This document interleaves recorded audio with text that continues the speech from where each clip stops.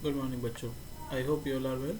So, student, today we are going to discuss cybercrime against property in chapter that is cyber threats. Bacho, in our daily life, several number of hacks has been done in that the property has been harmed by the attackers. So, the properties is your maybe in the form of money, maybe in the form of your personal information, your organizational data, etc. तो cyber crimes against property के अंदर बच्चों हम लोग देखेंगे कि किस तरह से साइबर क्राइम प्रॉपर्टी के अगेंस्ट वर्क करता है. तो सबसे पहले देख रहे हैं हम identity theft. Identity theft is refers to the act of stealing someone else personal information. बच्चों, पर्सनल इंफॉर्मेशन लाइक जैसे कोई डिजिटल ट्रांजैक्शन हो गई, कोई ऑनलाइन शॉपिंग होगी, बैंकिंग सर्विसेज हो गया, एक्सेट्रा. इसमें क्या होता है बच्चों, आपकी credit card, debit card, date of birth, master card, ATM pin, OTPs, ये सारी चीज़ें पर्सनल किसी भी बंदे की स्टील कर दी जाती है, जिससे कि इन पर्टिकुलर इंफॉर्मेशन का मिसयूज़ किया जाता है. ठीक है. इससे कई बार जो जेन्युइन डॉक्यूमेंट्स होते हैं, ओरिजिनल डॉक्यूमेंट्स होते हैं, उनको हार्म किया जाता है. ठीक है.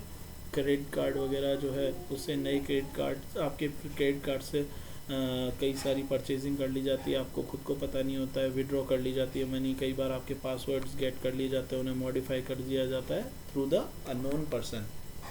तो आइडेंटिटी थेफ्ट में आपकी जो पर्सनल आइडेंटिटी है, आपका जो पर्सनल डेटा है, उसको हैक किया जाता है बच्चों. Now next is fishing.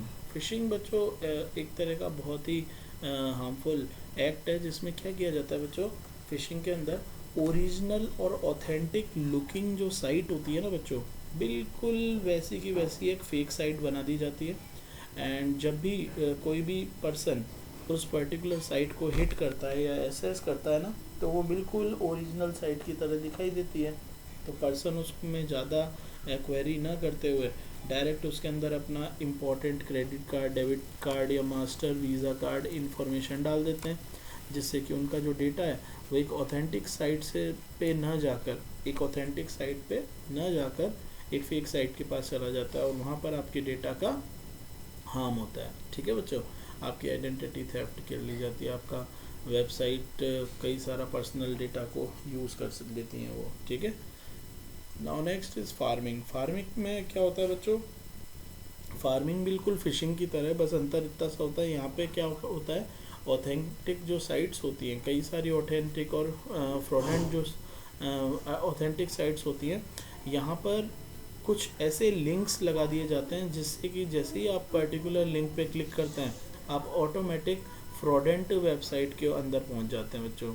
आपने देखा होगा कई बार हम लोग गूगल पे या याहू, विकीपीडिया वगैरह पे वर्क कर रहे होते हैं, तो वहाँ पर पता नहीं कभी ना कभी कोई एक स्पेसिफिक पर्टिकुलर लिंक पे क्लिक करने पर हम कुछ ऐसे लिंक पे पहुंच जाते हैं जिस लिंक पे हमें आना ही नहीं था. तो ये एक तरह का फार्मिंग अटैक है बच्चों. ठीक है. इसमें क्या होता है बच्चों, मिस रीडायरेक्शन होता है. जो हमारी पर्टिकुलर डायरेक्शन में हम वर्क कर रहे होते हैं, तो एक पर्टिकुलर लिंक पे क्लिक करने पे हम मिस रीडायरेक्ट हो जाते हैं कहीं दूसरी फ्रॉडेंट वेबसाइट पे. ठीक है. जिसमें आपको उस फ्रॉडेंट साइट का किसी तरह का कोई नॉलेज नहीं था. अब आप वहाँ पे अगर अपनी पर्सनल इन्फॉर्मेशन, पासवर्ड वगैरह या अकाउंट नंबर वगैरह को एंटर करते हैं, तो आपका डेटा हार्म हो जाता है बच्चों. ठीक है. नाउ नेक्स्ट है बच्चों, साइबर क्राइम्स अगेंस्ट ऑर्गेनाइजेशन और अ बिग सोसाइटी. अब most of the big societies are just maintaining their data over to the network. Okay. And जैसे मिलिट्री हो गया, वेब गवर्नमेंट हो गया. ठीक है. ये सारी की सारी जो बिग ऑर्गेनाइजेशन होती है बच्चों, ये क्या करती है, अपने डेटा को नेटवर्क पर रखती है, ताकि इनकी जो पूरे नेशन वाइड फैली हुई ब्रांचेस है, उनको डेटा आसानी से गेट किया जाए. अब हैकर्स और क्रैकर्स क्या करते हैं, इन पर्टिकुलर सोसाइटी या ऑर्गेनाइजेशन के अंदर जितने भी दैट कनेक्टिविटी है, उसको हार्म करने के लिए, उसके डेटा को हार्म करने के लिए कंटिन्यूसली उन्हें अटैक करते हैं through the viruses.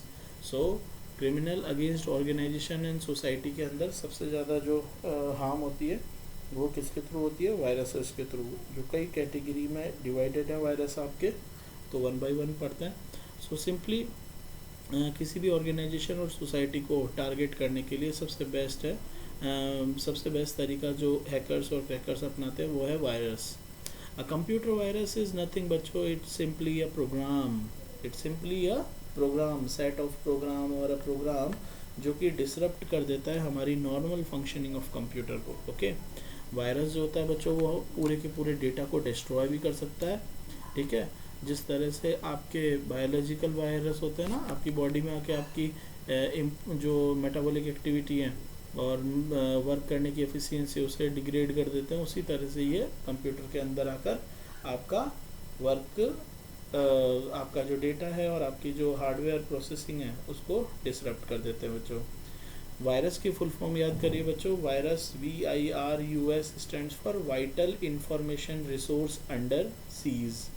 The essential resource a computer like memory, processing speed, data, program, ये सारे के सारे हैम्पर्ड हो जाते हैं when a particular virus enters in your system. Virus program are actually self-replicating, means वो अपने आप की ऑटोमेटिक कॉपी कर लेते हैं जिससे कि आपका जो पूरा कंप्यूटर है उसमें आसानी से स्प्रेड हो सके. जिस तरह से बायोलॉजिकल वायरस होते हैं ना बच्चों बॉडी में, एक सिंगल वायरस अगर आपकी बॉडी में आ गया तो आपकी बॉडी में अपने आप को मल्टीप्लाई करेगा, मीन्स रिप्रोड्यूस करेगा और मल्टीपल नंबर्स में होकर आपको इफ़ेक्ट करेगा.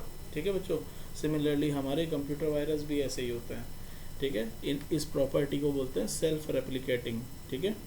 नाउ वायरसेस बच्चों कई टाइप के होते हैं, like boot sector virus, program virus, कुछ फाइल वायरस भी होते हैं, मैक्रो वायरस होते हैं, नेटवर्क टाइप के वायरस होते हैं, पॉलीमॉर्फिक वायरस, मल्टीपार्ट्राइट वायरस एक्सेट्रा. ठीक है. तो इन सभी वायरसेस के बारे में हम नेक्स्ट क्लास में डिटेल में पढ़ते हैं. Thank you.